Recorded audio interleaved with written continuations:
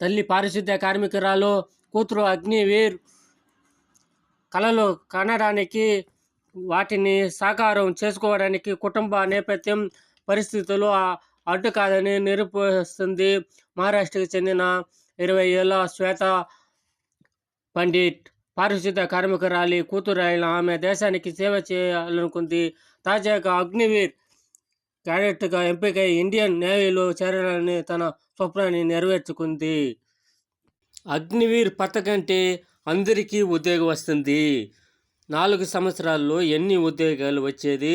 అందరికీ ఒక్కొక్కసారి పోయి కూర్చుంటే కుంభకర్ణలారుగా 30 సంవత్సరాలు 60 సంవత్సరాలు ఉద్యోగం వెనకాల ఉండే పిల్లకాయలకి 2 తరాలు 3 తరాలు ఉద్యోగం లేకుండా పొడిచింది.